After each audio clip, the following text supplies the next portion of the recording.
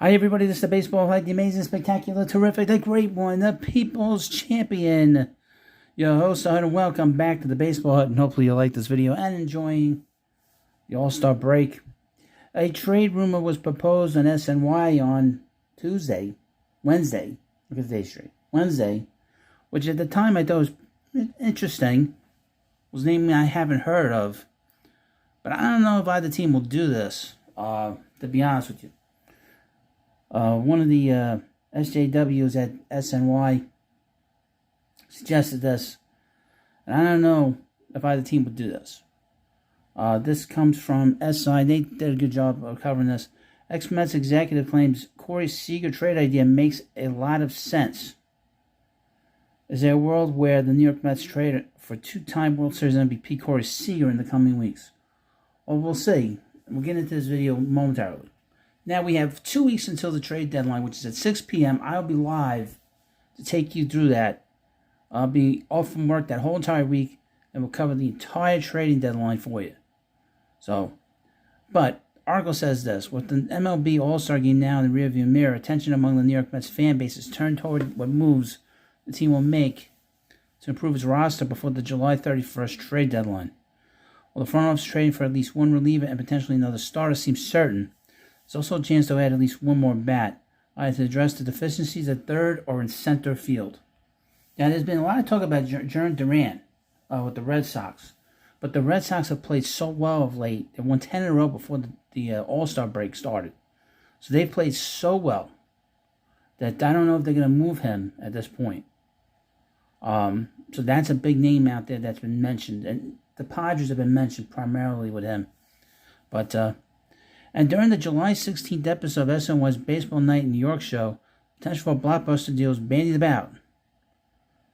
On the air, analyst Hannah Kaiser, that really weird pink-haired woman, crafted a hypothetical trade proposal that would bring two-time World Series MVP Corey Seager to the Mets, and in return for Brett Baty and Dom Hamill. She said, "I'm looking to bring in Corey Seager and have him play third. By paying down some of his contract, I don't think the Mets have to give up a super great prospect."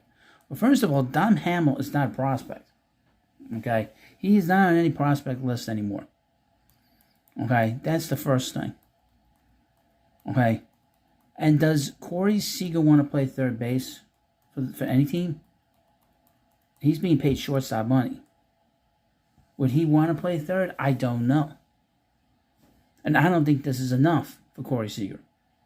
And I would also mention the Texas Rangers are only a game under 500 at 48 and 49 as we go into the All-Star, after the All-Star break, go into the second half. It's really not half, really.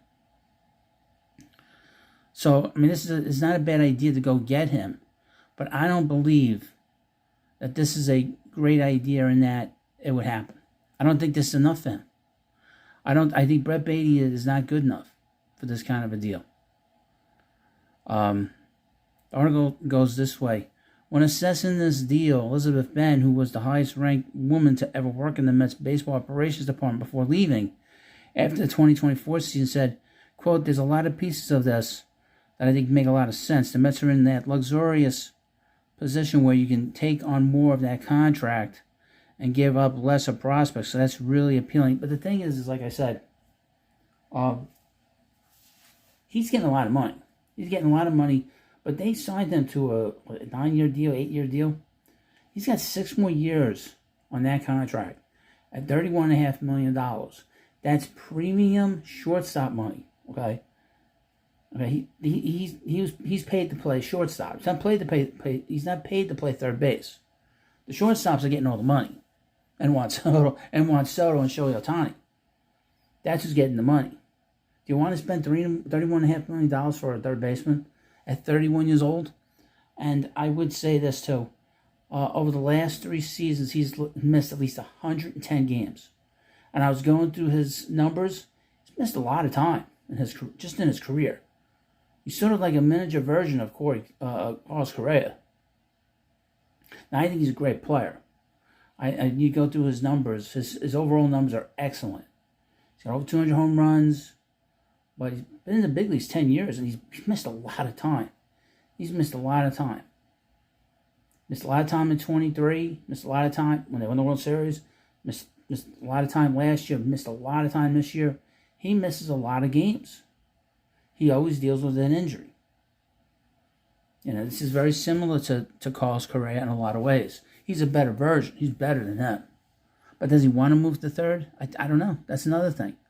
And I think that they would want somebody better than Brett Beatty. They would want somebody. Now I would mention that the farm system for the Rangers is not nearly as good as it had been, because a lot of the players that had in their farm system had good prospects and had basically at the beginning of their major league careers, like Kumar Rocker, Jack Leiter, Evan Carter, Wyatt Langford. They're all in the majors. So the farm system has taken a dip. They're 18th, 19th, 20th.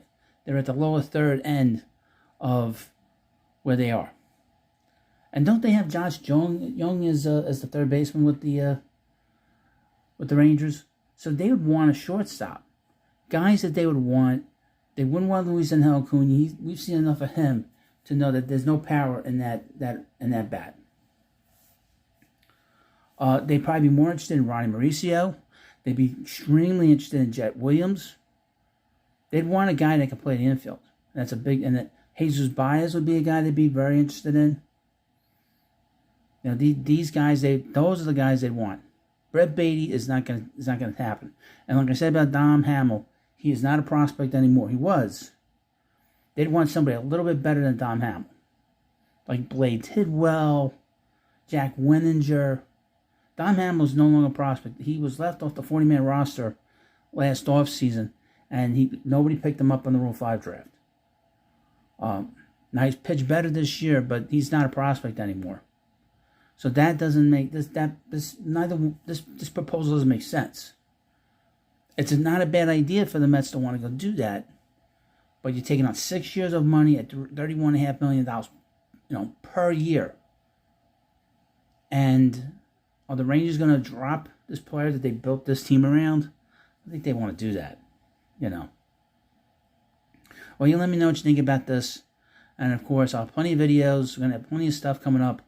And I want to thank you for coming by. Of course, please follow me on Facebook. Of course, please subscribe to the Baseball Hut on YouTube. And check me out everywhere that I'm at. So thank you, and I'll see you later.